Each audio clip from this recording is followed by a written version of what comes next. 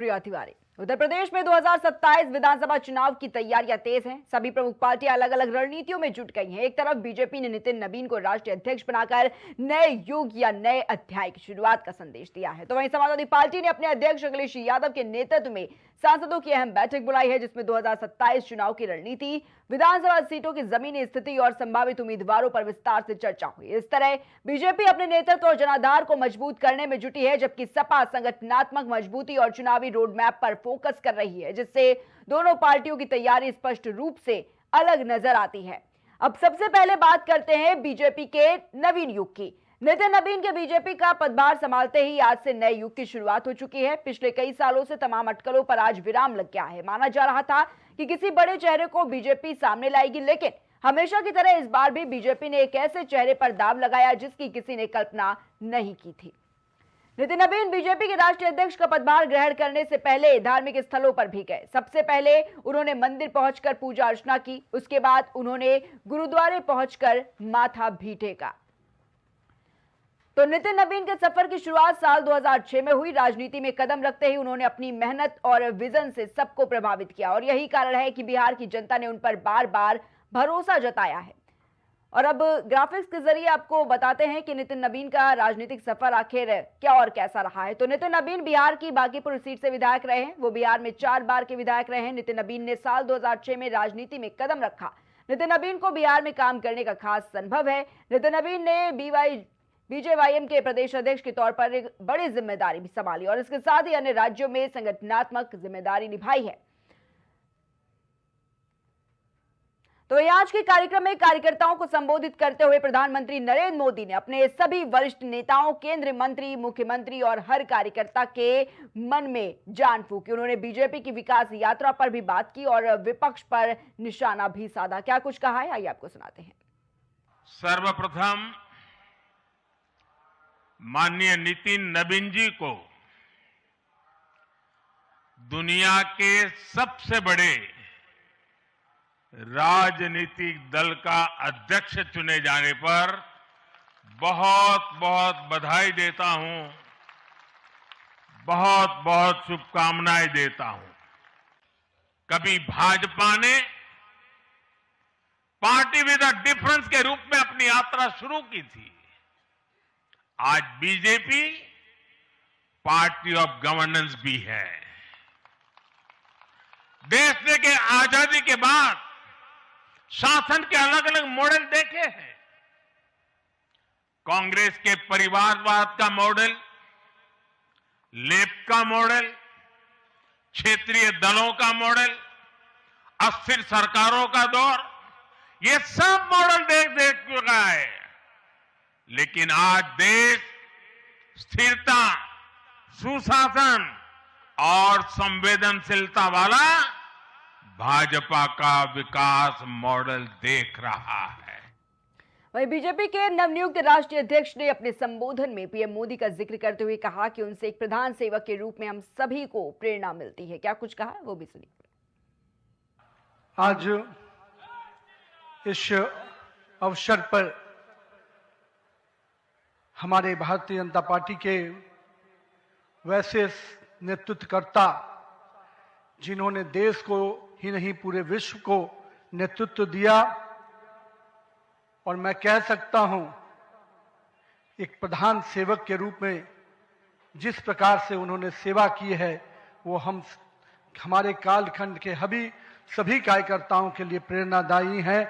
ऐसे अपने यशस्वी प्रधानमंत्री, विश्व के लोकप्रिय नेता श्री नरेंद्र मोदी जी का मैं सबसे प्रथम अभिवादन करता हूं कि 140 करोड़ जनता आपके इस सेवा भाव से हमेशा आपका अभिनंदन करना चाहती है। तो ये तो बात हो गई बीजेपी के नवीन युग की। अब बात करते हैं अखिलेश यादव और उनकी टीम की। उत्तर प्रदेश में 2027 विधानसभा चुनाव को लेकर समाजवादी पार्टी ने तैयारियां तेज कर दी हैं और इस कड़ी में सपा अध्यक्ष अखिलेश यादव ने सभी सांसदों की अहम बैठक बुलाई है और बैठक में 2027 विधानसभा चुनाव की रणनीति पर विस्तार से चर्चा हुई। अखिलेश यादव ने सांसदों से उनके अपने संसदीय क्षेत्रों की विधानसभा सीटों की स्थिति और जमीनी रिपोर्ट भी ली है। इसके साथ ही एसआईआर को लेकर पार्टी की रणनीति पर भी मंथन किया। पार्टी नेतृत्व ने सांसदों से संभावित उम्मीदवारों और संगठन की मजबूती को लेकर फीडबैक लिया और ऐसी खबर आ रही है कि यह बैठक 2027 के चुनावी रोड मैप तय करने की दिशा में सपा का एक बहुत बड़ा कदम है। तो अब ग्राफिक्स के जरिए समझते हैं कि अखिलेश यादव की 2027 को लेकर क्या कुछ तैयारी है। तो अखिलेश यादव ने आज लोकसभा और राज्यसभा सांसदों की बैठक बुलाई है। अखिलेश यादव एसआईआर को लेकर मंथन कर रहे हैं। अखिलेश यादव ने सपा सांसदों को 2027 के चुनावी रोड मैप तैयार करने के दिशा निर्देश भी आज इस बैठक में दिए हैं और इसी के साथ ही स्थानीय मुद्दों पर फोकस करने के भी निर्देश सांसदों को अखिलेश यादव आज इस खास बैठक में देते हुए नजर आए और इसी के साथ ही संगठन की मजबूती पर ध्यान रखने की बात कही है। अखिलेश यादव ने बताया है कि सांसदों का रिपोर्ट कार्ड तैयार किया जाएगा, किसने कितना काम किया है, किसी की जो तैयारी है वो क्या, और वो सब कुछ उस खास रिपोर्ट में होगा। तो देखिए, उत्तर प्रदेश के आगामी विधानसभा चुनाव में अभी 1 साल से भी ज्यादा का वक्त है, लेकिन सियासी बिसात अभी से बिछाई जाने लगी है। बीजेपी सूबे में सत्ता की हैट्रिक लगाने की फिराक में है, तो दूसरी तरफ समाजवादी पार्टी अपने 10 साल के सियासी वनवास को खत्म करने की कवायद में जुटी हुई है। और आज इस खास चर्चा में तमाम बड़े सवाल हैं जिस पर हम बात करेंगे। सवाल यह भी एक बहुत बड़ा उठ रहा है कि नितिन नबीन जैसे युवा और राष्ट्रीय स्तर के नेता के आने से क्या यूपी में संगठनात्मक ताकत बढ़ी है।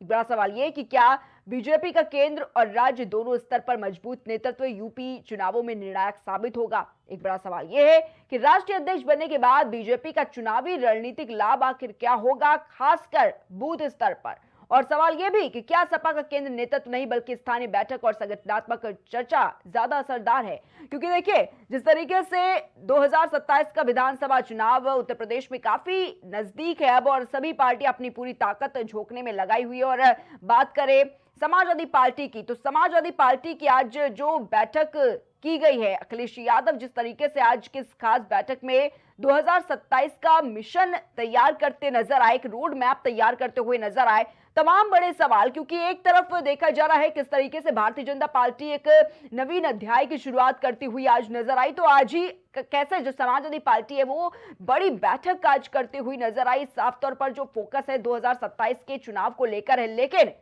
किस तरीके से जो जीत है वो हासिल होगी। क्योंकि अखिलेश यादव का साफ तौर पर कहना है कि हम अब जमीनी स्तर पर काम कर रहे हैं, जो छोटी छोटी दिक्कतें देखी गई थी अब उनको दूर करने का काम है। और यही वजह है कि जमीनी पकड़ को मजबूत करने के लिए समाजवादी पार्टी काम करती नजर आ रही है। क्षेत्र में सक्रियता को बढ़ाने के लिए अखिलेश यादव देखा जा रहा है कितने ज्यादा सक्रिय हो रहे हैं, साथ ही संगठन से जुड़ाव की बात भी कही। और यही वजह है कि देखिए, जो आज रिपोर्ट कार्ड मांगा गया है सांसदों से, वो देखा जा रहा है कि कहां पर समाजवादी पार्टी की चूक रही है, किस तरीके से जो जुड़ाव है संगठन का उस पर काम करने की बात देखा जा रहा है कि अखिलेश यादव करते नजर आ रहा है। तो दूसरी तरफ भारतीय जनता पार्टी की बात करें तो जो नवीन युग की तैयारी, नवीन अध्याय जो लिखा जा रहा है भारतीय जनता पार्टी से, किस तरीके से वो जीत हासिल कराएगी 2027 के विधानसभा चुनाव में उत्तर प्रदेश में, वो बिल्कुल अहम होने वाला है। लेकिन चर्चा की शुरुआत करते हैं इन तमाम सवालों के साथ।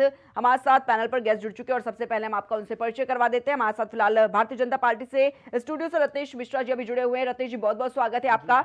समाजवादी पार्टी से विवेक पांडे जी हमारे साथ जुड़े हुए हैं। विवेक जी, आपका भी बहुत बहुत स्वागत है। सबसे पहले विवेक जी, आप ही से शुरुआत करेंगे।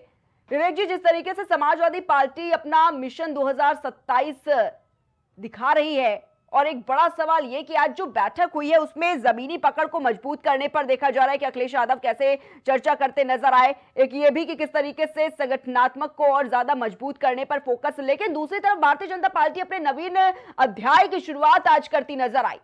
क्या लगता है किस तरीके से 2027 पर फोकस समाजवादी पार्टी का और किस तरीके से एक बड़ी जीत दिलाने में कामयाब रहेगी? विवेक जी। बहुत ही अच्छा और ज्वलंत विषय आप लेकर के आई हैं और इस विषय के बारे में कहीं ना कहीं स्पष्ट रूप से इस बात को भी समझना पड़ेगा कि भारतीय जनता पार्टी अगर आज नियुक्ति कर रही है, चाहे प्रदेश अध्यक्ष या राष्ट्रीय अध्यक्ष, उनका आंतरिक गुट का विषय है, क्योंकि एक राजनीतिक दल के होने के नाते ये एक महत्वपूर्ण जिम्मेदारी थी कि ये समय से अपने संगठन को मजबूत करने के लिए इस तरह के निर्णय लेते हैं, और चूंकि हर राजनीतिक दल निर्णय लेता ही है। बिल्कुल। समाजवादी पार्टी की विशेष रूप से आज जो बैठक थी, वो बैठक थी कहीं ना कहीं पीडीए के विषय वस्तु को लेकर के, और समाजवादी पार्टी के एक्सपांशन प्लान को लेकर, विजन इंडिया को लेकर के, सांसदों के क्षेत्र में किस प्रकार से जनता के कार्य किए जा रहे हैं और उनके कार्यों का आकलन, समीक्षात्मक रिपोर्ट, सारी चीजें आज पार्टी कार्यालय पर मंगवाई गई थी और हमारे सांसद लेकर के उसको प्रस्तुत भी हुए। एक बड़ी बैठक का आयोजन आज हुआ और उसमें ये चर्चा कहीं ना कहीं निकल करके आई है कि जिस प्रकार से उत्तर प्रदेश में लगातार पीडीए की बात करें, चाहे पिछड़ी जातियों की बात करें, चाहे आदिवासियों की बात करें, चाहे आप SC ST OBC में पासी, कोरी, वाल्मीकि, धोबी, दुशाद, निषाद, बिंद, मल्ला, केवट, कश्यप, भर, धीवट, बाथम, धीमर, मछुआरा, प्रजापति, राजभर, कहार, कुम्हार, धीमर, मांझी, तुरहा, गौड़ जैसी जो जातियां और जनजातियां हैं, और इनकी जो समस्याएं हैं, इनकी जो अभी भी आर्थिक स्थिति, खास करके उन आदिवासियों की जो थारू, गौड़, सहरिया और कोल समुदाय से आते हैं, जो बेसिकली लखीमपुर, बहराइच, ललितपुर और सोनभद्र के इलाकों में है, और उनकी जीवन आय अगर आप देखेंगे तो 0.5% से 1% के मध्य अभी भी वो जीवन जीने को मजबूर है अपनी आय के अनुसार, क्योंकि जो उनका खर्च है, खर्च के अनुपात में उनकी आय वो अस्थिर है। और वो एक विशेष मुद्दा रहा कहीं ना कहीं हमारे लिए कि इन जातियों का उत्थान कैसे किया जाए। इस पर एक बड़ी विचार विमर्श और चर्चा हमने की है और हम कहीं ना कहीं इसकी रणनीति तैयार कर रहे हैं कि इनको भी मुख्य धारा से जोड़ करके इनको एक अच्छा जीवन यापन कर सके, उसके लिए एक उद्देश्य बना करके, एक समीकरण बना करके हम उनके लिए कार्य करें। जी ठीक है। रत्नेश जी, हेलो रत्नेश जी, मेरा ये सवाल कि एक तरफ देखा जा रहा है किस तरीके से भारतीय जनता पार्टी ने अपना राष्ट्रीय अध्यक्ष चुन लिया है आज, नितिन नबीन, और ये भी इतिहास में सबसे पहले ये दर्ज किया जा रहा है कि सबसे कम उम्र के हैं, महज 45 वर्ष के युवाओं को जोड़ने का कहीं ना कहीं संदेश देने की कोशिश भी है, ये भी कहा जा रहा है। लेकिन दूसरी तरफ देखिए, समाजवादी पार्टी भी एक बड़े स्तर पर काम करती हुई अब नजर आ रही है। एक तरफ देखा जा रहा है चाहे वो बीजेपी का नवीन युग हो, तो दूसरी तरफ देखा जा रहा है एक पीडीए अध्याय भी समाजवादी पार्टी अपना आज पेश करती नजर आई। प्रिया जी, आपको और साथी पैनलिस्ट को और देश की जनता को मेरी तरफ से जय श्री राम। देखिए प्रिया जी, हमारी पार्टी ने आज चाहे तो लिखे, लेकिन हमने जो पीडीए का उद्देश्य लिया है और हमने कई मौकों पे इस बात को समाजवादी पार्टी ने सार्थकता से साबित किया कि हम सरकार में न रहते हुए भी पीडीए समाज के लिए जिस तरह से समर्पित होकर के कार्य कर। आती हूँ आपके पास, रत्नेश जी से मेरा सवाल था, उनसे जवाब ले लूँ, बस आती हूँ आपके पास। सवाल दोबारा रिपीट करिए तो निकल गया दिमाग। कोई बात नहीं। रत्नेश जी, मेरा ये सवाल था कि आज जिस तरीके से भारतीय जनता पार्टी ने राष्ट्रीय अध्यक्ष अपना चुन लिया है और एक बड़ा मैसेज देने की कोशिश ये भी है कि वो कितने युवा है, युवाओं पर एक खास फोकस है, ये भी ये कहा जा रहा है क्योंकि महज 45 वर्ष उनकी आयु है। लेकिन दूसरी तरफ देखिए, जिस तरीके से समाजवादी पार्टी अपना पीडीए अध्याय पेश करते हुई नजर आई है, संगठनात्मक तौर पर एक मजबूती की बात करती हुई समाजवादी पार्टी नजर आई है, एक रिपोर्ट कार्ड मांग रही है अपने सांसदों से, अखिलेश यादव, ये तमाम ऐसी चीजें, क्या लगता है 2027 के चुनाव में किस तरीके से तैयारियां हैं? प्रिया जी, आपको और साथी पैनलिस्ट को और देश की जनता को मेरी तरफ से जय श्री राम।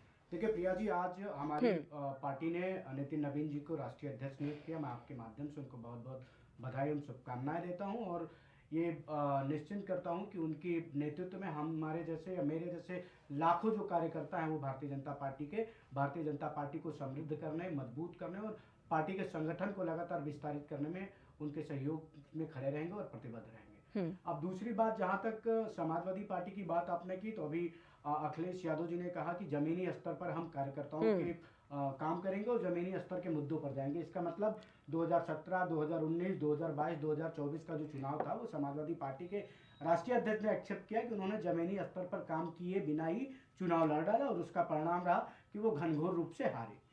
अब जहाँ तक बात रही है आज के बैठक की, तो प्रिया जी, ये तो हमको कॉपी करने लगे। समाजवादी पार्टी ने भारतीय जनता पार्टी को कॉपी करना शुरू कर दिया है। आज इन्होंने समीक्षा बैठक की। समीक्षा बैठक, भारतीय जनता पार्टी में प्रत्येक जिले में एक प्रभारी मंत्री नियुक्त है और वो प्रत्येक माह पे जाके वहां के सांसद, विधायक और प्रशासनिक अधिकारियों की समीक्षा बैठक लेता है। ठीक। कार्यकर्ता समन्वय, हर तीसरे माह हमारे यहाँ एक कार्यकर्ता समन्वय किया जाता है जिसमें प्रत्येक कार्यकर्ताओं को जिम्मेदारी दी जाती है कि आप जनता के बीच जाकर अपने मुद्दों से करें, बातचीत करें और जो वहाँ पे कंक्लूसिव चीजें निकल कर आए उससे आप पार्टी नेतृत्व को अवगत कराएं। तीसरा, ऐतिहासिक सांस्कृतिक कार्यक्रम लगातार चलते रहते हैं जिससे जनता से संवाद बना रहता है। तो जो हम पिछले 30 सालों से करते चले आए हैं, 50 सालों से करते चले आए हैं, वो अब करने जा रही है। तो हमको कॉपी बुक करने से समाजवादी पार्टी का कल्याण नहीं होने वाला, क्योंकि समाजवादी पार्टी के पास वैसे डेडिकेटेड कार्यकर्ता ही नहीं है जैसे भारतीय जनता पार्टी के पास। विवेक जी, क्या कुछ जवाब देंगे? क्योंकि अखिलेश यादव की आज जो बड़ी बैठक हुई है सांसदों के, वो रिपोर्ट कार्ड लेते हुए नजर आए, क्षेत्र में कितना काम किया गया, किस तरीके से काम किया गया, पूरा उसका ब्यौरा लेते हुए नजर आए। लेकिन अब देखिए, भारतीय जनता पार्टी आरोप लगा रही है कि यानी कि जो पहले के चुनाव थे उसमें जमीनी स्तर पर काम ही नहीं किया समाजवादी पार्टी ने, और वही वजह है कि भुगत रही है वो इसका परिणाम। नहीं, देखिए, भारतीय जनता पार्टी के प्रवक्ता जो हमारे बैठ करके तर्क प्रस्तुत करते हैं, वास्तव में इनकी हालत उस वो होती है ना, जो घर के अंदर एक सौतन टाइप की होती है, जो कि दिन भर बैठ करके कोसना और आलोचना करना। तो इनके तर्कहीन टिप्पणियों से मुझे कोई विशेष न लगाव है, ना ही मैं इनकी बातों को गंभीरता से लेता हूँ। क्योंकि जितने भी भारतीय जनता पार्टी में आधे से ज्यादा नेता हैं, खासकर युवा नेता और प्रवक्ता, वो सब समाजवादी पार्टी की फैक्ट्री से ही निकल करके अवसरवादिता के चक्कर में कभी जंप लेके कांग्रेस गए, कांग्रेस से लेकर के भाजपा पहुंच गए। तो मैं इनकी बातों को गंभीरता से नहीं लेता। हाँ, ये बात है कि पार्टी की रणनीतिक विषय की जब बात आती है तो मुझे लगता है कि प्रवक्ताओं को अपनी पार्टी की नीतियों और सिद्धांतों की चर्चा जरूर करनी चाहिए। और मैं एक बात जिम्मेदारी से कहता हूँ, SIR अभी हुआ था, योगी जी तक मजबूर हो गए थे समाजवादी पार्टी के SIR प्रहरियों की तारीफ करने के लिए। तो ये स्थिति हमने ला करके खड़ी कर दी कि BLO की मौत हो, चाहे उत्तर प्रदेश में कोई पीड़ित कांड, किसी के साथ कोई घटना घटित हो रही है, तो समाजवादी पार्टी के लोग उम्मीद से देखते हैं। आर्थिक सहायता से लेकर के उनके मुद्दों को न्याय दिलाने तक की लड़ाई समाजवादी पार्टी लड़ती है। हाँ, भाजपा बिल्कुल करती है, धर्म की आड़ में धन का संचय करती है। देखिए, ये तो जाति की उसकी धर्म की राजनीति करते करते आज देखिए प्रयागराज में जो स्थिति बनी है। कल वहां पे इनके राष्ट्रीय अध्यक्ष का तिलकोत्सव हो रहा था, वहां पे उनको माला पहनाई जा रही थी, और यहाँ पे इस देश के सबसे बड़े आदिदेव जगत गुरु शंकराचार्य को स्नान से रोका जा रहा था। तो संतों का आशीर्वाद, एक प्रचंड अहंकार के बाद अब इनकी बारी है। पहले कांग्रेस ने लिया, कर्णपात्री महाराज जी को ने जिस तरीके से गोपाष्टमी तिथि पे श्राप दिया था, अब मुझे लगता है भारतीय जनता पार्टी उसी परिपाटी पे चल पड़ी है। और ठीक है, अब ये तो वक्त की बात है, चूंकि इस देश के साक्षात शंकराचार्य भगवान शिव का अवतार, जो कि भविष्य पुराण में भी वर्णित है, उनके साथ इस तरह का आचरण करना अगर धर्म है, तो मुझे लगता है कि वास्तव में सनातन खतरे में है, और भाजपा इसका प्रमाण स्वयं दे रही है। ठीक है विवेक जी। रत्नेश जी आपके बातों का कुछ काउंटर देना चाह रहे हैं। रत्नेश जी बोलिए। देखिए, अभी इन्होंने कहा कि समाजवादी पार्टी के PDF प्रहरों की प्रशंसा करने के लिए माननीय पूज्य महंत योगी आदित्यनाथ जी महाराज मजबूर हो गए। अरे, आपके राष्ट्रीय अध्यक्ष ने अभी भारतीय जनता पार्टी की प्रशंसा की है, तो आपके राष्ट्रीय अध्यक्ष जी भी मजबूर हो गए थे क्या भारतीय जनता पार्टी की कार्यप्रणाली को देखकर, या भारतीय जनता पार्टी की कार्यप्रणाली को देखकर? अगर आप करते हैं तो हम भी करते हैं। बीच में नहीं, अगर आप मजबूरी स्वीकार करते हैं योगी जी की, तो हम भी कर लेंगे। ठीक है विवेक जी सुन लीजिए, बोलिएगा। मैं आपके बीच में नहीं कूदा था, प्लीज बोलिए रत्नेश जी, बोलिए अपनी बात पूरी करिए। जाते हैं जब मैं बोलने लगता हूँ, सुनते ही नहीं है, स्क्रीन से ही गायब हो जाते हैं। फिर जब मैं जवाब देता हूँ तो आप बीच में बोल देते हैं, तो शांति से सुनिए। नहीं, चूंकि मैं ऑनलाइन बैठा हूँ, देखिए मुझे स्क्रीन पे बहुत स्पष्ट दिखाई नहीं दे रहा है, इसलिए मेरे लिए दुविधा है थोड़ी। दिखाई दे रहा है, आप मुझे दिखाई दे रहे हैं। ठीक है रत्नेश जी, अपनी बात रखिए। ठीक है, मैं एक चीज बता दिए, आप लोग अगर इस तरह बीच में किसी को कोई आपको सुनता है फिर बोलने नहीं देते, तो ये वोट चोरी होती है आपकी। क्योंकि जनता जब देखती है तो सुनती है कि सामने वाले ने आपको शांति से सुना, फिर आप उसको बोलने नहीं दे रहे। अखिलेश यादव जी मुख्यमंत्री नहीं बन रहे, उसमें उनके प्रवक्ताओं का बहुत बड़ा योगदान है, और उन प्रवक्ताओं का बहुत बड़ा योगदान है जो बीच में टोक देते हैं। क्योंकि वो अपनी बात तो कह लेंगे लेकिन सामने वाले को बोलने नहीं देंगे, और जनता उसी पे हो जाती है कि भैया ये सरकार में नहीं है तो बोलने ही नहीं दे रहे, सरकार में आ गए तो पता नहीं क्या करेंगे। तो सोचिए, कुछ तो अपने राष्ट्रीय अध्यक्ष जी का कल्याण सोचिए। नहीं पता चला जवानी खत्म हो जाएगी, बुढ़ापे तक वो मुख्यमंत्री नहीं बन पाएंगे, प्रधानमंत्री का तो कोई सवाल ही नहीं उठता है। अब मैं जवाब देता हूँ। इन्होंने कहा कि माननीय मुख्यमंत्री योगी आदित्यनाथ जी महाराज ने समाजवादी पार्टी के PDF प्रहरों की प्रशंसा की। इनकी पार्टी के राष्ट्रीय अध्यक्ष ने हमारी पूरी पार्टी की प्रशंसा की, और वो भी सैकड़ों मीडिया के सामने की। तो क्या अखिलेश यादव जी को हमने मजबूर कर दिया? नहीं, अखिलेश यादव जी को यह स्वीकार करना पड़ा कि भारतीय जनता पार्टी राजनीतिक रूप से कार्यप्रणाली में उनसे सर्वश्रेष्ठ है। और अभी इन्होंने कहा कि कांग्रेस को करपात्री जी महाराज ने श्राप दिया था। बताइए, जिस पार्टी को साधु संतों का शराब मिला उसके साथ विधानसभा चुनाव लड़ते हैं, उसी के साथ लोकसभा चुनाव लड़ते हैं, कहीं उसी शराब के कारण तो सत्यानाश नहीं हो रहा है समाजवादी पार्टी का? अरे भैया, कुछ तो सोचा करते। आप उनके साथ प्रिया जी जवाब ले लीजिएगा। अभी ठीक है। रायबरेली में ठीक है रत्नेश जी। पोस्टर लगा। अरे प्रिया जी, रायबरेली में पोस्टर लगा, अखिलेश यादव को 2027 का कप्तान बता रहे हैं, राहुल गांधी को 2029 का कप्तान बता रहे हैं। अब कप्तान कौन होगा? प्रिया जी जवाब ले लीजिए भाई। आती हूँ विवेक जी। ठीक है रत्नेश जी, ठीक है। चली जा रही। और एक बात और, मैंने शुरू में भी कहा, विवेक जी शायद आपने नहीं सुना, फिर सुन लीजिए। आप हमारे दल को कॉपी कर रहे हैं। क्यों? समीक्षा बैठक भारतीय जनता पार्टी की प्रत्येक जिले में प्रत्येक माह होती है, एक प्रभारी मंत्री जाकर समीक्षा बैठक ठीक है। कार्यकर्ता समन्वय हर तीसरे माह होता है, और सामाजिक, ऐतिहासिक, सांस्कृतिक कार्यक्रम चलाकर हमारी पार्टी कार्यकर्ताओं को जनता से अरे रत्नेश जी, बैठकें तो होती रहती है ना पार्टियों में। अगर भारतीय जनता पार्टी करे, चाहे वो कांग्रेस पार्टी करे, चाहे समाजवादी पार्टी करे, इससे कॉपी थोड़ी कह देंगे आप। जनता क्या चाहती है? अरे रत्नेश जी, कॉपी कह देंगे क्या? अब यही जवाब ले लीजिए भैया। बैठकें तो हर पार्टी में होती है, इसमें नया क्या है? देखिए, समाजवादी पार्टी के पास तंत्र नहीं है ना, इनके लोग कहाँ हैं?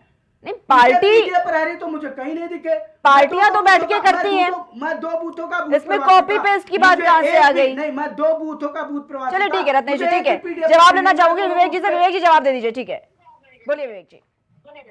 देखिए, अभी इन्होंने एक बात कही कि कांग्रेस से गठबंधन, हम तो कांग्रेस से गठबंधन खुला करके चल रहे हैं और अपनी नीतियों पे उनको लाने का प्रयास कर रहे हैं। ये तो महाराष्ट्र चुनाव में कांग्रेस मुक्त भारत बनाते बनाते महाराष्ट्र के निकाय चुनाव में अंबरनाथ में खुद ही गठबंधन कर बैठे बीएमसी के चुनाव में। तो भाजपा तो अपने नैतिक चरित्र के पतन को प्राप्त कर चुकी है। एक तरफ कांग्रेस को पानी पी पी करके गालियां देते हैं, और दूसरी तरफ महाराष्ट्र में बीएमसी इलेक्शन में इन्होंने भाजपा कांग्रेस के साथ गठबंधन कर लिया। अब इनको पता नहीं होगा, चूंकि पूरे भारत में तो भ्रमण करते नहीं है। लखनऊ के बाहर जब निकलेंगे नहीं तो कहां से जानेंगे कि राजनीतिक गलियारे में क्या क्या हो रहा है। इन्होंने क्या कहा? पीडीए के प्रहरी इनको दिखाई नहीं दिए। 75 जिलों का दौरा किया था क्या इन्होंने? अब ये तो अतिशयोक्ति हो गई कि बैठ के मंच मिल गया है तो कुछ भी बड़बड़ाते रहो। क्योंकि आधिकारिक प्रवक्ता जब भाजपा का होता तो जिम्मेदारी से कुछ कहता भी। अब देखिए, ये अब ये बीच में बोले, अब ये मेरे बीच में पलटा जा, अब ये मेरे बीच में कूदे ना, यही बात मैं कह रहा था। तो पहली बात, भाजपा को थोड़ा संयमित होना चाहिए, सुनने की क्षमता बिल्डअप करिए। और एक बात मैं बड़ी जिम्मेदारी से कह दूं प्रिया जी, आज भाजपा जिस तरह से धर्म पे प्रहार कर रही है, लगातार इस देश के साधु संतों का अपमान कर रही है। अब भाजपा की नीयत है चारों मठों पे कब्जा करने की। जो हमारे आदिदेव जगत गुरु शंकराचार्य के चारों मठ हैं, उसको अपने राजनीतिक उद्देश्य के लिए कब्जा करना चाहती है। इसीलिए अब ये शंकराचार्यों की अस्मिता पे और उनके मर्यादा पे प्रहार कर रही है। नहीं विवेक जी, लेकिन देखिए ना, काशी जो कि महादेव की नगरी है, मणिकर्णिका घाट जहां पर कहते हैं कि मोक्ष की प्राप्ति होती है, अब कहा जा रहा है कि मोक्ष का रास्ता बनवा रही है भारतीय जनता पार्टी, उसमें भी समाजवादी पार्टी को दिक्कत हो गई। और अच्छा कर रही है, निर्माण कर रही है। जो लोग बाहर जब करते थे, अब भाई मार्बल के ऊपर जब करेंगे, गर्मी आएगी एसी में जब करेंगे, इससे क्या तकलीफ है? मैं वही बता रहा हूँ, सुनिए। साधना का पथ जो होता है वो दुर्गम पथ होता है, और भाजपा जो साधना करना चाहती है एसी ऑफिसों में बैठ करके, वो कहीं ना कहीं पूरी तरह से भौतिकवादी मानसिकता से प्रेरित साधना करना चाहती है। और 2027 में भाजपा को वैकुंठ प्राप्त होगा ना, तो उसी जो निर्माण हो रहा है वहीं से इनको वैकुंठ जाना है, इनकी सत्ता को। तो आप निश्चिंत रहिए, ये अपने आने वाले भविष्य का प्रारूप तैयार कर रहे हैं। ठीक है विवेक जी, ठीक है। रत्नेश जी आऊंगे, लेकिन हमारे साथ राजनीतिक विश्लेषक गिरीश त्रिपाठी जी भी जुड़ चुके हैं। गिरीश जी, बहुत बहुत स्वागत है आपका। जी धन्यवाद प्रिया जी। जी गिरीश जी, आज जिस तरीके से देखा जा रहा है, भारतीय जनता पार्टी एक तरफ अपने नवीन अध्याय को पेश करती हुई नजर आई, तो दूसरी तरफ समाजवादी पार्टी अपने पीडी अध्याय को पेश कर रही है। कहीं ना कहीं 2027 के विधानसभा चुनाव पर फोकस है पार्टियों का, किस तरीके से देख रहे हैं? सबसे पहले मेरा ये सवाल गिरीश जी।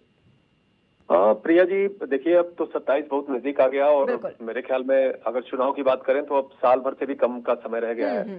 तो निश्चित रूप से अपने अपने एजेंडे पे दोनों पार्टियां, जो मुख्य रूप से उत्तर प्रदेश में जिनके बीच में लड़ाई है, वो अपना अपना काम कर रही हैं। लेकिन जिस प्रकार से संगठन की अगर हम बात करें तो भाजपा ने निश्चित रूप से अपने आप को अपर हैंड पे रखा है, और इसको ईमानदारी से सभी को स्वीकार करना चाहिए। अब वो अलग बात है कि राजनीतिक कारणों से लोग ना करें, लेकिन जहां तक भाजपा की बात है, तो जैसा कि आज प्रधानमंत्री जी ने अपने उसमें भी भाषण में भी कहा कि मैं चाहे जिस पद पे रहा हूं, जिस पद पे हूं, वो एक अलग बात है, लेकिन मैं सबसे महत्वपूर्ण इस बात को मानता हूं कि मैं अभी भाजपा का एक कार्यकर्ता हूं, और मेरे बॉस नवीन जी हैं। तो ये एक बहुत बड़ा अंतर पैदा कर देता है भाजपा में और अन्य जो, और खास करके जो वंशवादी पार्टियां हैं।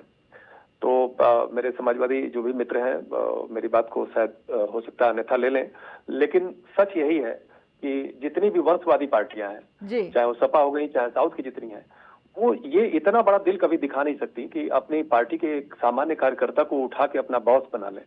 तो ये जो अंतर है वो कहीं ना कहीं भाजपा को अन्य दलों से बहुत ऊपर कर देता है, और यही कारण है कि शायद वो सामान्य जन के हृदय में कुछ ज्यादा गहरा स्थान मोदी जी या भाजपा के जो भी रीति नीति इनकी, उसकी वजह से वो लोग बना पाते हैं।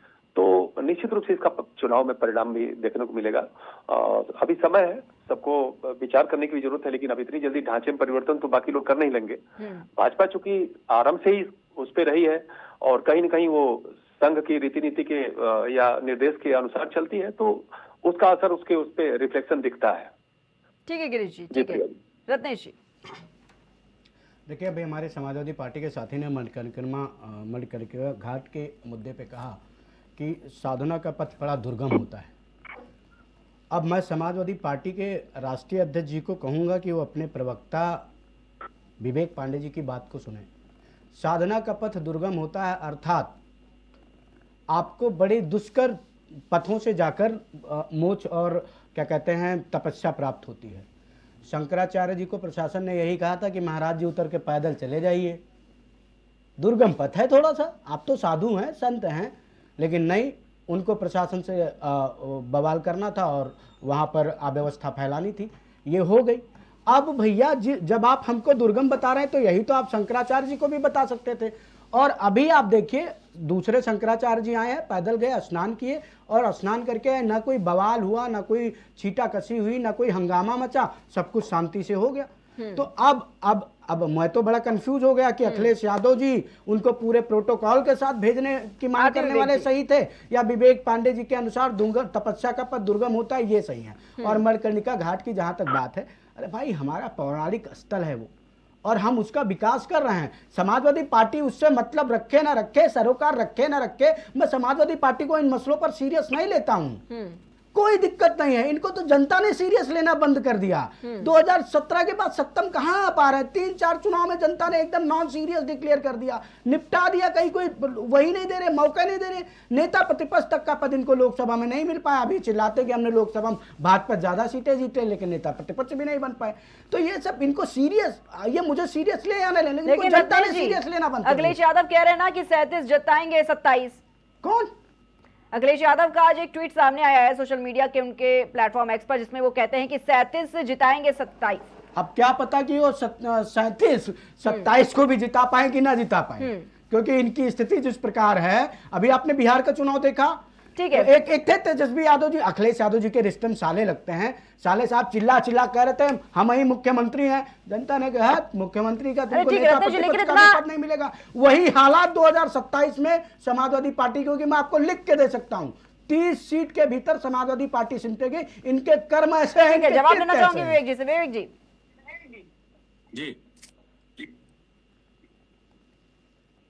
जी विवेक जी क्या कुछ कहेंगे इस पर? देखिए बहुत हास्यप्रद लगता है देख करके जब भाजपा के नेता आदिदेव जगत गुरु शंकराचार्य को शिक्षा देने की बात करते हैं, चूंकि गलती इनकी भी नहीं है। ये लोग सतुआ बाबा के आजकल भक्त बने हुए हैं, पूरी भाजपा सतुआ बाबा के चरणों में चरण वंदन कर रही है, क्योंकि सतुआ बाबा इस समय लाइजनिंग का सबसे बड़ा केंद्र बने हुए हैं। ट्रांसफर पोस्टिंग से लेके हर तरह के कार्य सतुआ बाबा के चरणों में जाइए, सब हो जाएगा। पोर्शे गाड़ियों से घूमने वाले, मर्सिडीज से चलने वाले, तो वही भाजपा जैसा देखती है वैसा ही सोचती है, जैसा आचरण, जैसा वातावरण है वैसा ही आचरण है। तो मुझे कोई इसमें दुख नहीं है कि भाजपा के प्रवक्ता ब्राह्मण होकर के अगर वो शंकराचार्य को ज्ञान देने की बात करते हैं तो ये उनके नैतिक संस्कारों का विषय है। उससे समझ में आता है कि इन भाजपा का नैतिक चरित्र और भाजपा का धार्मिक चरित्र का पतन कितना हो चुका है। दूसरी बात, इन्होंने एक झूठ कहा, एक शंकराचार्य और आए हैं उन्होंने स्नान कर लिया। आधिकारिक बयान दे रहा हूं कि अभी तक दूसरे शंकराचार्य जी जो आए हैं उनका नाम तो बता ना पाए और वो उन्होंने स्नान भी नहीं किया है। क्योंकि ये लोग केवल मीडिया में एआई वाली वीडियो देखते हैं, हम लोग संपर्क में बने रहते हैं, तो अंतर है थोड़ा। अभी इन्होंने बहुत अच्छे से कहा क्या समाजवादी पार्टी के पास कार्यकर्ता नहीं। रत्नेश मिश्रा जी को ये याद रखना चाहिए, वो यहाँ पे बतौर भाजपा नेता बैठे हैं, प्रवक्ता नहीं है भाजपा के पास कि अलग अलग मीडिया चैनल पे बैठ के अपनी पार्टी की आधिकारिक लाइन रखवा सकें। इस कारण नेताओं को अब संभालना पड़ रहा है, वो नेता आधिकारिक है। विवेक जी, एक तरफ अखिलेश यादव कह रहे हैं कि 37 जिताएंगे 27, लेकिन दूसरी तरफ देखिए ये आरोप लगाया जा रहा है कि वही 37 कहीं हरा ना दे। 27 के चुनाव नहीं, में? मेरा एक छोटा सा काउंटर है। आती हूँ, लेकिन जवाब लेना चाहूंगी, फिर आती हूँ नहीं, इनके मुताबिक मैं वाला जो दाव चला जा रहा है उत्तर प्रदेश के चुनाव में, प्रिया जी छोटा सा पॉइंट है। 37 वाले जरा प्रिया जी छोटा सा पॉइंट 37 वाले सवाल पर जवाब विवेक जी, प्रिया जी छोटा सा पॉइंट है, आपके पास। छोटा सा पॉइंट है प्लीज।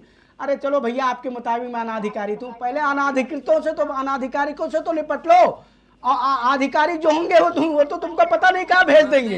रत्नेश जी सुनिए, रत्नेश जी ये हल्के शब्द मत तुमको इस्तेमाल किया अनाधिकारिक कीजिए, लोगों ने निपट लो। एकदम बताओ, तुम्हारा पौवा ढीला कर रखा है। आधिकारिक आगे तब तो छोड़ के भाग जाओगे। सुनिए सुनिए, ये गुंडों वाली भाषा मत बोला कीजिए, निपट लो। मैं भारतीय जनता पार्टी का ये सब कार्यकर्ता मर्यादित हूँ। भाषा नहीं है मंच के लिए। मेरे यहाँ कार्यकर्ता सबसे बड़ा होता है, जी, एक सेकंड। आधिकारिक अनाधिकारिक आपके यहाँ 37 होता वाले होगा। दाव पर जरा जवाब लेना चाहूंगी विवेक जी। ये 37 वाला जो दाव देखा जा रहा है, इस पर जवाब दे दीजिए, क्योंकि एक तरफ अखिलेश यादव कह रहे हैं कि 27 को जिताएंगे, लेकिन देखिए ये आरोप लगाए जा रहे हैं कि यही 37 कहीं उल्टे ना पड़ जाए और 2027 में गड़बड़ हो जाए। देखिए, हमने पिछले चुनाव में भी इनकी अतिशयोक्ति और इनकी हठधर्मिता को तोड़ करके दिखाया।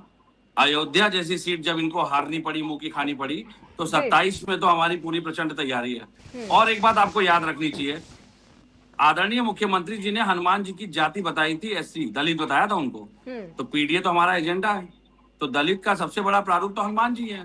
जहां हनुमान जी रहेंगे वहां श्री राम का होना अतिशयोक्ति थोड़ी है, वहां तो भगवान श्री राम की रहना व्यवस्था है। भक्त बिना भगवान नहीं। और मैं तो बड़ी जिम्मेदारी से कह रहा हूँ, आज ये जितना मंच पे चाहे अट्ठास कर ले, रावण भी अट्ठास करता था।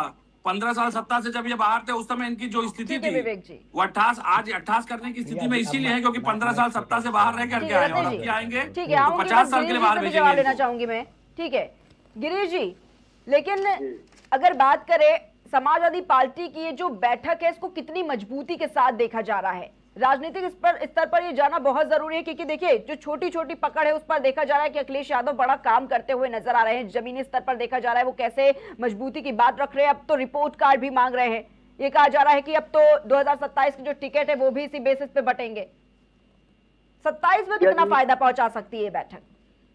प्रिया जी, समस्या क्या है? समस्या लखनऊ में बैठक करने से या दिल्ली में बैठक करने से सॉल्व नहीं होनी है जी।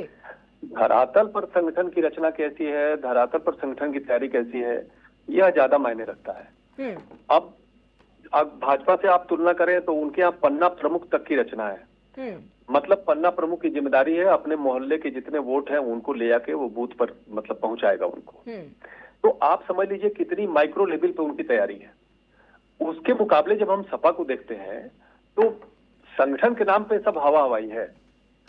और वो बात बुरी लग सकती है, लेकिन सच यही है कि लखनऊ में बैठक चाहे आप जितनी कर लें, आप एसी रूम में बैठ के और अपने महलों में बैठ के चाहे जितनी कर लें, लेकिन संगठन का जो विस्तार होना चाहिए व्यवहारिक स्तर पे, वो भाजपा के मुकाबले कहीं भी नहीं दिखता है। दूसरा थोड़ा सा विषय एक और मैं उस पर थोड़ा सा अपनी बात जोड़ना चाहता था। देखिए कई चीजें होती है ना जो ढोंग के रूप में प्रस्तुत की जाती है, वो साफ साफ दिखती हैं प्रिया जी। जिस पार्टी ने या जिन विपक्षी दलों ने, मैं विपक्षी दल कह रहा हूं स्पष्ट रूप से क्योंकि केंद्र और राज्य दोनों में विपक्ष में ही है ये लोग। इन लोगों ने 500 साल बाद राम मंदिर बना, अभी तक न कोई दर्शन करने गया, न उस राम मंदिर के समर्थन में कभी बोल पाए, न उसके बनने पर कोई उत्साह व्यक्त कर पाए। अब वो लोग मणिकर्णिका की जो छोटी मोटी टूटती हुई मूर्तियां हैं उस पर प्रलाप कर रहे हैं। तो ये ढोंग ना जनता सब देखती है, जानती है, और ये ढोंग चलने वाला है नहीं। रही बात मणिकर्णिका की, तो देखिए ऐसा है हमारे यहाँ सनातन पद्धति में ना जो पूजा पद्धति है, जो ये बाहरी कर्मकांड का एक माने प्रकट रूप है, और वो उसका भौतिक स्वरूप होता है। भौतिक स्वरूप बदलता रहता है। आज आप चले जाइए मणिकर्णिका में, आपको आप पत्रकार हैं और आपको पता होगा कि आप जाइए कम से कम 6-7 घंटे की लाइन होती है वहां पे, और कितनी दुर्दशा होती है, कितनी गंदगी, कितनी बदबू। अब इसको स्वीकार करने में किसी को गुरेज नहीं होना चाहिए।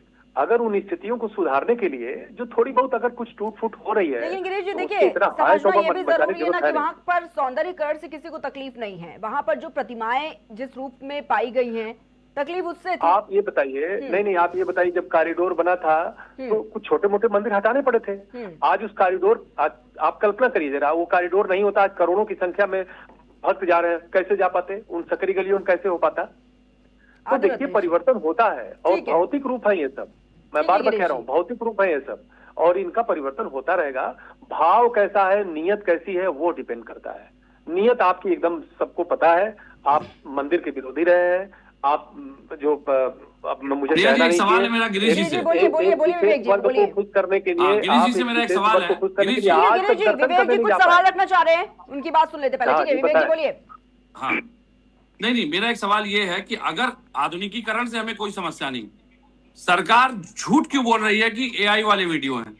यही नहीं बात तो सरकार AI के स्वीकार वीडियो कर डाले देना गए हैं कि ना। ठीक है, कार्य हो रहा नहीं था, नहीं, कुछ AI डैमेज के हुआ वीडियो है, डाले गए हैं, इतनी सी इसमें झूठ आपत्ति है नहीं है। केवल। उस मैं बात ये को नहीं लेकर कह के रहा हूँ 8 कि लोगों पे मैं ये नहीं फर्जी कह रहा हूँ एफआईआर कि करा झूठ देना, नहीं हुई है, जिन लोगों ने लेकिन वो घटना AI दिखाई, AI के वीडियो भी डाले गए हैं, पत्रकारों पे बहुत सारे एफआईआर डाले गए हैं। कराना, ये सरकार की नैतिकता है क्या? नहीं नहीं विवेक जी, देखिए मैं फिर कह रहा हूँ, टूट फूट हुई है, इसमें कोई दो राय नहीं है। बहुत सारी ऐसी तो मूर्तियां सरकार स्वीकार करे ना, रही हैं यही तो जिनको हटाया विवाद तो गया है। सरकार ने शुरू किया ना, विवाद तो लेकिन सरकार ने लेकिन शुरू किया। लेकिन इसका ये मतलब बात ये नहीं सरकार कि AI साफ से वीडियो स्वीकार नहीं कर डाली रही गई थी। है, भ्रांति नहीं, फैलाने की एआई पूरी क्यों बता कोशिश दिया? की गई है एआई विपक्ष क्यों के बता द्वारा। करके आपने लोगों को झूठा साबित करने की कोशिश की? अब उस झूठ को ढकने के लिए आप झूठ पे झूठ बोल रहे हैं, गलत कार्रवाई कर रहे हैं। 8 लोगों पे नहीं फर्जी नहीं एफआईआर आपने क्यों नहीं करवाई AI फिर? नहीं विवेक जी, तो क्या AI से वीडियो नहीं डाली गई है? आते रहते हैं जी। नहीं, ये बात जाके योगी जी से पूछिए ना आप। ये बात तो योगी जी से नहीं पूछिए। हम नहीं तो ये नहीं कह रहे हैं नहीं, AI कि से भी वीडियो डाली आधुनिकीकरण गई से है और किसी को मैं समस्या फिर नहीं कह है। रहा सुन हूँ, लीजिए, सुन लीजिए, ये मैं मैं फिर भी कह फिर रहा कर हूँ, रहा हूँ, सुन बड़ा लीजिए दिल मेरी करके बात। सबको सोचना आधुनिकीकरण चाहिए। से समस्या छोटी नहीं मोटी है, मूर्तियां, छोटी लेकिन मोटी जब वहां संरचनाएं की हटी है वहां से, वहां के वो हटेगी नहीं तो वहां का पत्रकार, वहां सौंदर्यीकरण की होगा जनता कैसे? ये बात कह रही है, तो उसको एआई बताकर फर्जी 8 लोगों पे एफआईआर करना कौन सा आपका हठधर्मिता है? नहीं नहीं नहीं नहीं, देखिए अगर सरकार ने कोई तो तोड़ा नहीं है ना, जिस कंपनी ने लोग तोड़ा जिम्मेदारी उसकी बनती है। ठीक है लोग ठीक है गिरीश जी, ठीक है। रत्नेश जी से भी जवाब लेना चाहूंगी इसी पर। रत्नेश जी बोलिए। देखिए अभी मैं समाजवादी ये पार्टी एआई के वाला झूठ किस लिए? मैं समाजवादी पार्टी के साथी प्रवक्ता को सुन रहा था, तो इन्होंने कहा कि 2024 में हमने भारतीय जनता पार्टी को हरा दिया। अब मैं आपको एक उदाहरण देता हूँ। मैं जब 12th में था तो फिजिक्स मेरा सब्जेक्ट था, तो वहाँ पे था डिस्प्लेसमेंट, एक टॉपिक था। डिस्प्लेसमेंट मतलब कि आप एक बिंदु से गए दूसरे बिंदु तक, अगर लौट कर उसी बिंदु पर आ गए तो आपने कोई भी वर्क नहीं किया, वर्क इक्वल टू 0 हो गया। ठीक, आप चले, डिस्प्लेसमेंट हुआ, बट उसका रिजल्टेंट जो रहा वो 0 रहा। अब मैं कैसे समझाता हूँ इसको। 2019 में 6 सीट सत्ता से बाहर, 2024 में 37 सीट सत्ता से बाहर। रिजल्टेंट तब भी सत्ता से बाहर था, रिजल्टेंट आज भी सत्ता से बाहर है। मतलब डिस्प्लेसमेंट तो हुआ लेकिन रिजल्टेंट 0 रहा। फिजिक्स के छात्रों को ये थ्योरी बहुत कायदे समझ में आ जाएगी और शायद विवेक पांडे जी को भी समझ में आ जाए। ये मैंने साइंटिफिक तौर पे समझा दिया, विज्ञान का उदाहरण देके समझा दिया। अब अगर नहीं समझ में आता है तो उसको कोई नहीं समझा सकता। दूसरी हमारे साथी ने कही कि पीडीए ने इनको ताकत दी। अब मैं बड़ा कंफ्यूज हो जाता हूँ, क्योंकि पीडीए का जो एब्रीविएशन 3 साल पहले पीडीए का कॉन्सेप्ट आया और मैं अब तक लगभग 30 एब्रीविएशन पीडीए का सुन चुका हूँ अखिलेश यादव जी के माध्यम से। कभी पी फॉर पत्रकार हो जाता है, कभी पी फॉर पगला हो जाता है, कभी डी फॉर डॉक्टर हो जाता है, कभी डी फॉर दलित हो जाता है, कभी ए फॉर आदि आबादी हो जाता है, कभी ए फॉर अगड़ा हो जाता है, कभी ए फॉर अल्पसंख्यक हो जाता है। मैं तब कंफ्यूज हो जाता हूँ जब विवेक पांडे जी जैसे काबिल प्रवक्ता बैठकर अखिलेश यादव जी को डिफेंड करते हैं और मैं पीडीए में उनको ढूंढता हूँ। पिछड़ा तो विवेक पांडे जी संवैधानिक तौर पर पिछड़े की श्रेणी में भी नहीं आते, प्लीज सुन लीजिएगा, पिछड़े की भी श्रेणी में नहीं आते। दलित संवैधानिक तौर पर विवेक पांडे जी दलित की भी श्रेणी में नहीं आते। अल्पसंख्यक संवैधानिक तौर पर विवेक पांडे जी अल्पसंख्यक की श्रेणी में भी नहीं आते। तो विवेक पांडे जी पहले आप खुद ढूंढिए ना कि आप उस पीडीए में है कि नहीं है। आपका तो राष्ट्रीय अध्यक्ष ही कह रहा है कि भैया हम आपको पीडीएम मान ही नहीं रहा है। आपको जिसने एक्सक्लूड कर दिया आप उस पार्टी को बैठकर डिफेंड करते हैं। हाँ, हो सकता है कि धर्म परिवर्तन के उपरांत अगर आप लास्ट वाले ए में शामिल हो गया हूं तो मैं वो बात नहीं कहूंगा, ये पर्सनल मत लीजिएगा, क्योंकि वही वाला एक ए है जिसमें आपके शामिल होने की क्या कहते हैं स्थिति उत्पन्न होती है। क्योंकि ना तो आप पिछड़े में जा सकते हैं ना दलित, अल्पसंख्यक जा सकते हैं धर्मांतरण करके। अगर वो आप लोगों ने कर लिया तो मैं, लेकिन भैया इस पूरे पीडीएम में मुझे कहीं भी पांडे जी नहीं मिल रहे, कहीं भी शुक्ला जी नहीं मिल रहे, कहीं भी नहीं मिल रहा। क्लियर कर दीजिए कहाँ है भाई आप। ठीक है ठीक है, मैं प्रिया जी क्लियर कर देता हूं, प्रिया जी क्लियर कर देता बोलिए बोलिए। मैं इस बात को बड़ी स्पष्टता से बता दे रहा हूं, क्योंकि रत्नेश मिश्रा जी थोड़ा पर्सनल चले गए तो थोड़ा पर्सनल मुझे भी होना पड़ेगा। अब इनको वो अच्छा लगे चाहे बुरा लगे। मुझे लगता है कि रत्नेश मिश्रा जी मिश्रा सिर्फ नाम के लिए लगाते हैं। ब्राह्मणों में एक महापत्र, एक समाज होता है महापत्र, और वो हमारे ब्राह्मण समाज में ऐसा समाज है जो आज भी वास्तविकता यह है कि उनको न साथ बिठाया जाता है, न उनके यहाँ पारिवारिक रिश्तेदारियां होती है, न उनके यहाँ कोई संबंध जोड़ा जाता है, न उनके साथ किसी भी कार्यक्रम में शरीक हुआ जाता है। लेकिन रत्नेश मिश्रा जी चूंकि भाजपा के साथ हैं, तो हो सकता है कि इनके यहाँ जब कोई इस तरह का मंतव्य होता हो तो तो भाई ये खुद ही इनके घर के लोग या ब्राह्मण खुद ही बुला करके अपनी जाति बिरादरी रिश्तेदारों से काम करा लेते होंगे।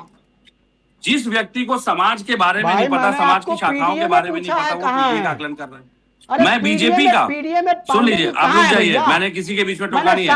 मैं बीजेपी की व्याख्या किस तरीके से कर सकता हूँ? मैंने आपसे पूछा कि संवैधानिक तौर पर क्या पांडे, शुक्ला, त्रिपाठी, मिश्रा और उपाध्याय, झा, ओझा ये सब आते हैं संवैधानिक तौर पर पिछड़े में, दलित में, अल्पसंख्यक में? अब आपने धर्म परिवर्तन कर दिया तो ए फॉर अल्पसंख्यक में आप आ सकते हैं, मैं टिप्पणी नहीं करूंगा। पीडीए में हम उस लेकिन मैंने आपसे पूछा, अरे भाई चलिए आपके मुताबिक मैं महापात्र ब्राह्मण हूं, लेकिन मैं ब्राह्मण तो हूं, मुझे इसी बात का गर्व है। आप वही नहीं दिख रहे मुझे, आप तो मुझे दिख ही नहीं रहे।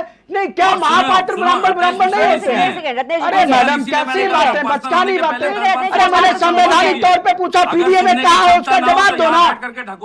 अब्बा डब्बा जब्बा कब्बा कब्बा करने से काम नहीं चलेगा। खराब ना करिए। ना राम राम बताओ, तुम ये नहीं बता पा रहे पीडीएम हो कहाँ? मैं तो हर ब्राह्मण प्रवक्ता से समाजवादी पार्टी के सवाल पूछता हूँ, पीडीएम हो कहाँ, ये बता दो मुझे। पिछड़े में हो, दलित में हो, की भाषा तो कहाँ? नहीं, और मैंने इसलिए कहा, मैं इसका संवैधानिक तर्क दे देता हूँ। मैंने क्यों कहा कि अल्पसंख्यक में हो सकते हैं? क्योंकि भारत में जाति परिवर्तन का कोई प्रावधान नहीं है, धर्म परिवर्तन का प्रावधान है। तो पांडे जी अगर धर्म परिवर्तन करके अल्पसंख्यक में चले गए तो ये संभव है।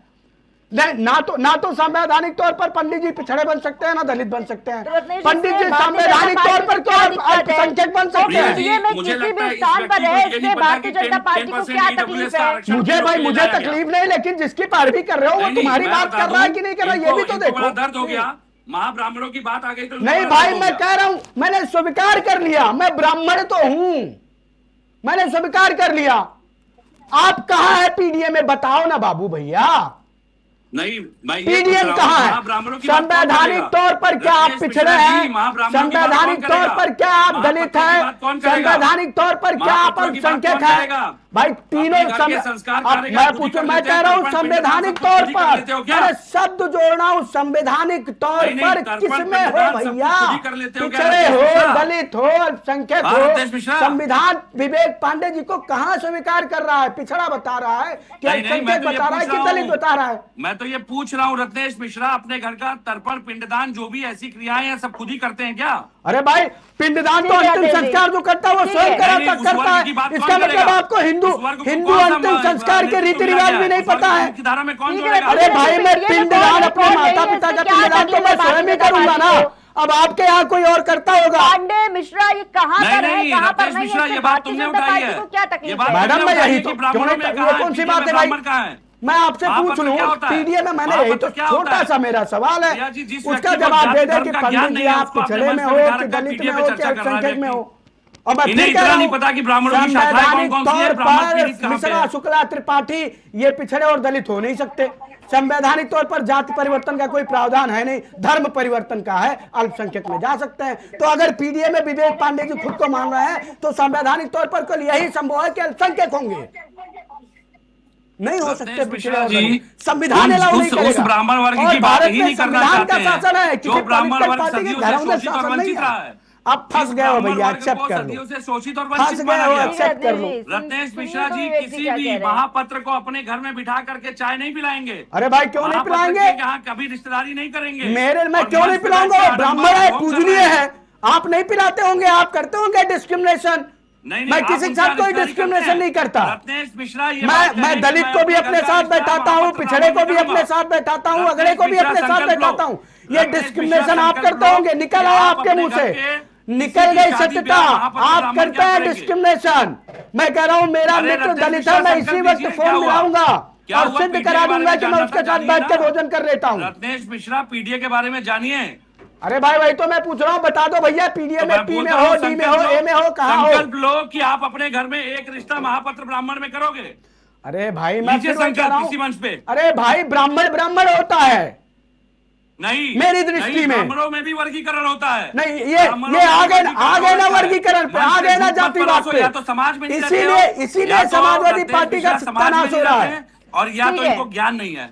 अरे हमको ज्ञान है, मैं तो पूछ रहा हूँ संवैधानिक तौर पे पिछड़े हैं आप, दलित है कि अल्पसंख्यक है? बार-बार वही सवाल घूम फिर के आ जाता है ना। भारतीय जनता पार्टी को क्या कुछ तकलीफ है? वो व्यक्ति समाज पे बैठ करके अरे मुझे मैडम, बात कर रहा फिर है। वही बात कर रहे हैं। मिश्रा, शुक्ला, त्रिपाठी ये कहाँ है कहाँ नहीं है? वो अखिलेश यादव जाने, उनकी पीडीए की टीम जाने से समाजवादी यही तो पार्टी मैं को कह रहा हूँ कि क्या अखिलेश यादव विभाजन की राजनीति कर रहे हैं, इसीलिए तो मैं कह रहा अजय सिंह हूँ बिष्ट से पूछो जाकर के। आप अजय सिंह बिष्ट से ब्राह्मणों को पूछो 14% टोटल को डिनाई कर दे रहे हैं। प्रदेश के 14% टोटल को आप डिनाई कर दे रहे हैं। बताइए, खुलेआम 14% को डिनाई कर रहे हैं। विवेक जी, नहीं प्रिया जी, रत्नेश मिश्रा बताएं भाजपा में ब्राह्मण कहाँ है? भाजपा में ब्राह्मण राष्ट्रीय भाजपा में अध्यक्ष था, ब्राह्मण कहाँ केंद्र में है? मंत्री है, ब्राह्मणों की डिप्टी विवेक जी, सीएम है, विवेक जी, डिप्टी सीएम है। सपा में ब्राह्मण कहाँ है? सपा में ब्राह्मण कहाँ है? राष्ट्रीय अध्यक्ष है, राष्ट्रीय उपाध्यक्ष है, राष्ट्रीय महासचिव है, प्रदेश अध्यक्ष है, प्रदेश उपाध्यक्ष है, प्रदेश महासचिव है, कभी डिप्टी सीएम रहा है, कभी राज्यपाल बना हो, कभी राज्यसभा में हुआ है। कहाँ है ब्राह्मण? हमको कुछ बना दिया जाए। विवेक जी, वो बाटी चोखा वाली आप पार्टी भूल गए हैं क्या? मैं तो कह रहा हूँ ना, बाटी चोखा के बाद नोटिस दे दी गई, घिग्गी बन गई, किसी एक की आवाज वो ना बाटी निकली। चोखा औकात नहीं वाली है ब्राह्मणों पार्टी की भूल वहां गए पे। क्या आप? और अब आप किसी पूछ एक रहे की औकात ब्राह्मण नहीं है है। क्या? अब इसी उसके से बाद देखिए अंदाजा बैठक लगाइए ना जनवरी में ब्राह्मण होने कहाँ वाली पर थी। है। अरे भैया 46 तो वही से ब्राह्मण विधायक है हमारे पास। ब्राह्मण कहाँ पर है? ब्राह्मण पार्टी विधायक है हमारे पार्टी पास। ब्राह्मण पार्टी में है केवल ब्राह्मण। पिछलग्गू हैं। ठीक है, रत्नेश मिश्रा ठीक है, जैसे ठीक है, ब्राह्मणों ने ठीक है। ब्राह्मणों के अस्मिता ठीक है, विवेक अस्मिता और जी। सम्मान का समझौता पीडीएफ कहाँ है बता दो जूते बस पे रख पांडे दिया जी, जाकर के। पीडीएफ ठीक है, कहाँ यही है? कारण कर लेंगे रत्नेश पीछे मिश्रा से। जैसे ब्राह्मण यहाँ दलित टिके हुए हैं। अल्पसंख्यक हो। ठीक है, ठीक है। किसमें हो? ऐसे अच्छा जी, ब्राह्मण ठीक है। ही टिके हुए हैं, लचीले ना ब्राह्मण। ना ना, देखो इसको संवैधानिक टाइप के तौर पर ब्राह्मण। आप तो ठीक ना है। पिछड़े हैं ना दलित ठीक है, अल्पसंख्यक हो ठीक है, सकते हैं। ठीक है, नहीं, ठीक है। इनके जैसे हमारे किसको बीच में ब्राह्मण ही वहाँ वरिष्ठ टिक सकते पत्रकार हैं। भावमेन शुक्ला जी भी जुड़ चुके हैं। भाव जी, बहुत बहुत स्वागत है आपका। भावमेन जी, किस तरीके से देख रहे हैं, आज एक तरफ देखा जा रहा है किस तरीके से भारतीय जनता पार्टी को उनका नया राष्ट्रीय अध्यक्ष मिला, तो दूसरी तरफ समाजवादी पार्टी की जो एक बैठक हुई है जिसमें लगातार देखा जाए जमीनी स्तर पर काम करने की बात अखिलेश यादव करते हुए नजर आ रहे हैं। सांसदों की वो एक रिपोर्ट कार्ड भी ले रहे हैं, किस तरीके से उन्होंने काम किया है और किस तरीके से नहीं। सीधे तौर पर 27 पर फोकस है, क्या लगता है आपको? आज अखिलेश यादव ने कहा कि 37-27 में जीत हाँ, दिलाएंगे। बिल्कुल। और दूसरे तरफ मोदी जी ने कहा कि हमारे जो राष्ट्रीय अध्यक्ष है वो मेरे बॉस हैं। बिल्कुल। मैं एक सामान्य सा करता हूँ। ये दोनों नेताओं की बात हो गई। बात यदि हम चुनावी मोड की करें कि चुनाव में कौन कहाँ है, तो भाजपा अभी अपने पत्ते खोले नहीं है। हाँ, सपा ने दांव चलना शुरू कर दिया है। वेट एंड वॉच वाली स्थिति है। सपा के बारे में इतना कह सकते हैं कि सपा एक बार फिर ब्राह्मणों पे जोर आजमाएगी, इसलिए कि कहीं ना कहीं उत्तर प्रदेश में ये बात जरूर चल रही है कि ब्राह्मण कहीं ना कहीं भाजपा से नाराज है। उस नाराजगी का फायदा उठाने की कोशिश करेगी। लेकिन उधर से अमित शाह हैं। अमित शाह ने एक के बाद एक दांव जब चलेंगे तो इनके सारे दांव फेल हो जाएंगे। मुझे लगता है कि अभी कुछ भी कहना जल्दबाजी होगी। 27 की सिर्फ अभी 27 का शोर मच रहा है, 27 की तैयारियां चल रही हैं। सपा जो है अपने दांव आजमाने की कोशिश कर रही है और भाजपा वही माहौल बना रही है। दोनों पार्टियों में भावमेन जी, मेरा एक सवाल ये भी है कि आज जिस तरीके से नया राष्ट्रीय अध्यक्ष मिल गया भारतीय जनता पार्टी को, उसमें गौर करने वाली बात तो ये भी, हालांकि अभी आपने जिस तरीके से जिक्र किया कि प्रधानमंत्री नरेंद्र मोदी का वो बयान भी काफी चर्चित रहा है कि नवीन किस तरीके से बॉस हैं। दूसरी तरफ एक सवाल ये भी कि इतनी कम उम्र के राष्ट्रीय अध्यक्ष, ये भी इतिहास में पहली बार दर्ज हुआ है, महज 45 साल की उम्र है उनकी। और ये भी कि देखिए युवा चेहरे पर इतना ज्यादा फोकस, एक तरफ समाजवादी पार्टी भी देखा जाता है कैसे यूथ को अपनी तरफ करने की कोशिश करती है, दूसरी तरफ क्या इससे हम कुछ मैसेज ले सकते हैं आगामी चुनावों में? देखिए, बोलिए। हम नितिन नवीन को युवा हैं, उम्र में युवा हैं, लेकिन वो 5 बार के विधायक हैं। वो 2 स्टेट के प्रभारी रह चुके हैं। यदि उनके अनुभव की बात की जाए तो वो एक परिपक्व चेहरा है। अनुभव के मामले में नितिन नवीन अनुभवी इंसान है और उनके पास पर्याप्त राजनीतिक अनुभव है। बात करेंगे युवाओं की बात, नरेंद्र मोदी ने खुद कहा था कि हमारी जो अगली पीढ़ी है वो युवाओं की पीढ़ी है। युवाओं को वो चांस लगातार दे रहे हैं। ये सिर्फ नितिन नवीन की बात नहीं है। आप जितने चेहरे आ रहे हैं, मोहन यादव को देखिए, मोहन यादव 60 के पार नहीं है। भजन लाल शर्मा को देखिए, 60 के पार नहीं। हेमंत बिश्व शर्मा की तरफ देख लीजिए, 60 के पार नहीं। वो 60 के पार कौन है? जहां उनकी जहां थोड़ी सी नस दबी हुई है। बिहार में नीतीश कुमार को सपोर्ट किया, नीतीश कुमार उम्रदराज हैं, लेकिन जहां भाजपा अपना मुख्यमंत्री दे रही है वो युवा चेहरे की तरफ जा रही है और लगातार यूथ की तरफ जाएगी और जा ही रही है। ठीक है भावमेन जी। रत्नेश जी, क्या कुछ फाइनल कमेंट करेंगे 27 के चुनाव को लेकर? देखिए, भारतीय जनता पार्टी के पास एक मजबूत कार्यकर्ताओं का कार्यबल है। भारतीय जनता पार्टी के पास प्रदेश में और राष्ट्रीय स्तर पर मजबूत नेतृत्व है। भारतीय जनता पार्टी के पास जनता के हित की एक मजबूत इच्छा शक्ति है। भारतीय जनता पार्टी के पास एक ऐसा तंत्र है जो प्रत्येक घर में बैठे हुए वोटर तक को टारगेट करके उसको बूथ तक पहुंचाकर अपने पक्ष में वोट डलवाता है, जिसको हम पन्ना प्रमुख कहते हैं। और वो पन्ना प्रमुख की बैठक हमारे यहाँ राष्ट्रीय महामंत्री संगठन लेता है। मतलब most powerful post of the organisation मानी जाती है वो। संगठन महामंत्री जो राष्ट्रीय होता है वो अध्यक्ष से भी ज्यादा पावरफुल होता है हमारे यहाँ संगठनात्मक कार्य के मामलों में, ठीक है। तो वो भी आके सीधे बूथ पन्ना प्रमुखों से और बूथ अध्यक्षों से बातचीत करता है, उनकी बैठक लेता है। तो हमारे यहाँ शीर्ष नेतृत्व तो सबसे निचले स्तर पर बैठे कार्यकर्ता के साथ संवाद करता है और यहीं से भारतीय जनता पार्टी की जीत की पटकथा लिखी जाती है। और यही सारी चीजें परिवारवादी दलों में नहीं दिखती है, चाहे वो सपा हो, चाहे राजद हो, चाहे कांग्रेस। बोलिए भावना जी, बोलिए। देखिए, मैं आपको थोड़ी सी बात बता दूं। जैसे आपने अपने नेताओं की लंबी चौड़ी फहरिस्त गिनाई, साइनिंग इंडिया के बाद साइनिंग इंडिया का नारा लेके आई थी भारतीय जनता पार्टी। अटल बिहारी वाजपेयी और लालकृष्ण आडवाणी के नेतृत्व में पूरे देश में बहुत जोर शोर से चुनाव चल रहा था। रायपुर में एक प्रेस कॉन्फ्रेंस होती है लालकृष्ण आडवाणी की। उन्होंने एक तरफ से मेरे पास यशवंत सिंह है, मेरे पास यशवंत सिन्हा है, मेरे पास मुरली मनोहर जोशी है, अटल बिहारी वाजपेयी है, राजनाथ सिंह है, कल्याण सिंह है, एक से एक नाम जुड़ा दिए। लेकिन हुआ क्या? हुआ ये कि सोनिया गांधी ने अकेले तख्ता पलट दिया। तो यदि लंबी चौड़ी फहरिस्त है उसके बूते चुनाव नहीं जीता जाता। पहले तो ये बात आप नोट कर लीजिए। चुनाव जीता जाएगा किसी न किसी मुद्दे पे। यदि आप मुद्दे के साथ आते हैं तो चुनाव जीतेंगे। आपने बिहार जीता है, बिहार जीत की आपको बधाई, लेकिन वहां भी आप मुद्दे पे थे। क्योंकि एक तरफ तेजस्वी ये कह रहे थे कि मैं इतना दूंगा, इतना रोजगार दूंगा, इतना खोखले वायदे के खिलाफ आपने यूथ को ऑर्गेनाइज किया। आपने यूथ को भरोसा दिलाया कि मैं आपको रोजगार दूंगा, लेकिन रोजगार सारे सरकारी नहीं हो सकते, मैं रोजगार दूंगा। आप एक मुद्दे पे आए, आप चुनाव जीते। आप लंबे चौड़े नेताओं की फहरिस्त से नहीं जीत सकते चुनाव। अब मैं इसका जवाब दे देता हूँ।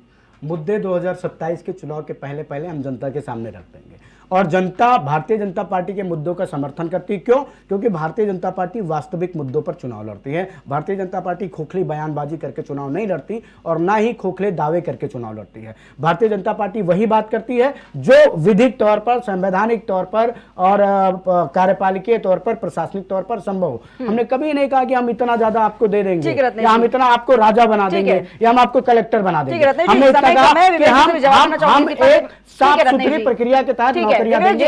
हम जाति धर्म के आधार पर कोई भेदभाव नहीं कमीशन बता दिया है वो किस तरीके से जो लोगों के मुद्दे हैं उस पर काम करेगी। और देखिए वो पहले से ही वो साफ कर दी है।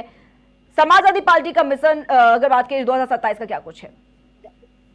देखिए, बहुत जिम्मेदारी से मैं आपको स्पष्ट कर दूं कि स्मार्ट सिटी बनने जा रही थी, 2 करोड़ नौकरियां देने वाले थे, 15 लाख रुपए अकाउंट में डाल रहे थे। ये अपना पुराना 3 मैनिफेस्टो उठा करके जरा देख लें और उसमें कितना कार्य किया, अभी उस पर सवाल पूछेंगे हम।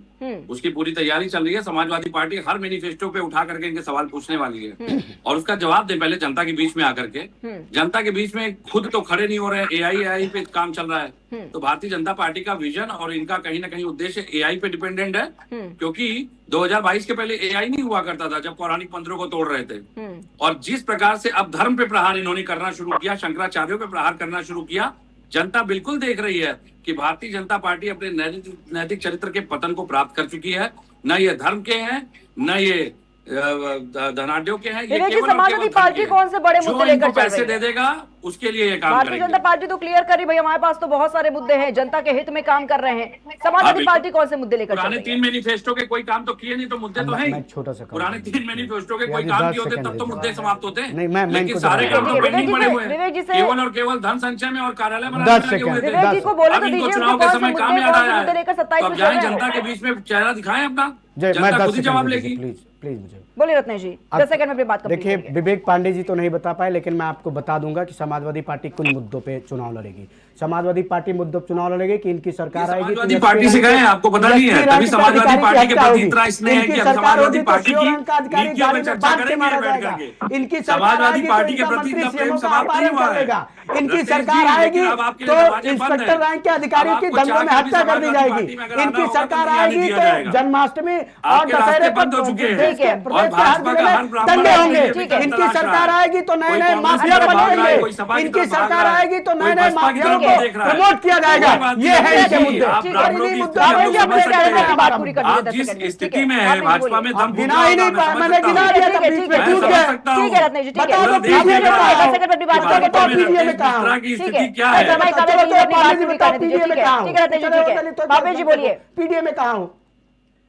विवेक जी, समाजवादी पार्टी हमेशा जमीन पे संघर्ष करके ऊपर आई है।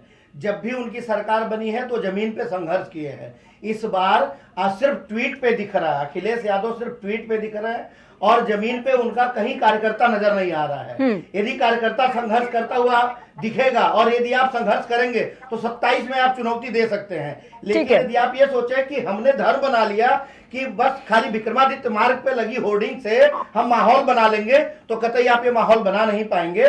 ठीक है बावमेन जी, बहुत दूर है। ठीक है गिरीश जी, क्या कुछ फाइनल कमेंट करेंगे 27 के चुनाव को लेकर? एक तरफ समाजवादी पार्टी का मिशन 27 है तो दूसरी तरफ भारतीय जनता पार्टी भी अपना नवीन युग दिखाती हुई नजर आ रही है। बोलिए गिरीश जी। जी जी प्रिया जी, जी देखिए एक लाइन में बता दूं, भारत एक धर्म प्राण देश है और मोदी जी ने इसकी नब्ज को पहचाना है, समझा है, जिया है। तो वो धार्मिक चेतना को जगाते हुए और जो इसका भौतिक और सांस्कृतिक विकास है उसको साथ लेकर चल रहे हैं। जनता को उनमें लगातार विश्वास मतलब अपना व्यक्त कर रही है जनता उनमें, और ये प्रक्रिया अभी लंबी चलने वाली है। अभी तो ये पुनरुत्थान का दौर शुरू हुआ है जी। तो इसमें जब तक ये विपक्षी पार्टियां अपनी रीतियों नीतियों में बदलाव नहीं करेंगी, जनता की इस नब्ज को पहचानने की कोशिश नहीं करेंगी या पहचान पा रही है तो कुछ एक निश्चित वर्ग के वोटों के लालच में शायद वो कर नहीं पा रहे हैं। ठीक है, तो जब तक ये कर नहीं पाएंगे तब तक इनका कुछ होना नहीं है। जी ठीक है, बहुत बहुत धन्यवाद आप सभी का हमारे साथ इस खास चर्चा में जुड़ने के लिए। हमारे साथ भारतीय जनता पार्टी से रत्नेश मिश्रा जी जुड़े हुए थे, समाजवादी पार्टी से विवेक पांडे जी हमारे साथ इस खास चर्चा में जुड़े हुए थे, हमारे साथ वरिष्ठ पत्रकार भावेंद्र शुक्ला जी जुड़े हुए थे और राजनीतिक विश्लेषक हमारे साथ गिरीश त्रिपाठी जी आज की इस खास चर्चा में जुड़े हुए थे। तो उत्तर प्रदेश के आगामी विधानसभा चुनाव में अभी भी कुछ वक्त बाकी है, लेकिन देखिए सियासी बिसातें किस तरीके से अभी से बिछाई जाने लगी है। बीजेपी सूबे में सत्ता की हैट्रिक लगाने की फिराक में है तो समाजवादी पार्टी अपने 10 साल के सियासी वनवास को खत्म करने की कवायद में है। लेकिन 27 में किस तरीके से जो मिशन के साथ चल रही हैं पार्टियां, उसका कितना फायदा मिलने वाला है ये तो आने वाला वक्त ही बताएगा। फिलहाल इतना ही, हम फिर हाजिर होंगे एक नए मुद्दे के साथ। तब तक के लिए आप देखते रहिए प्राइम टीवी।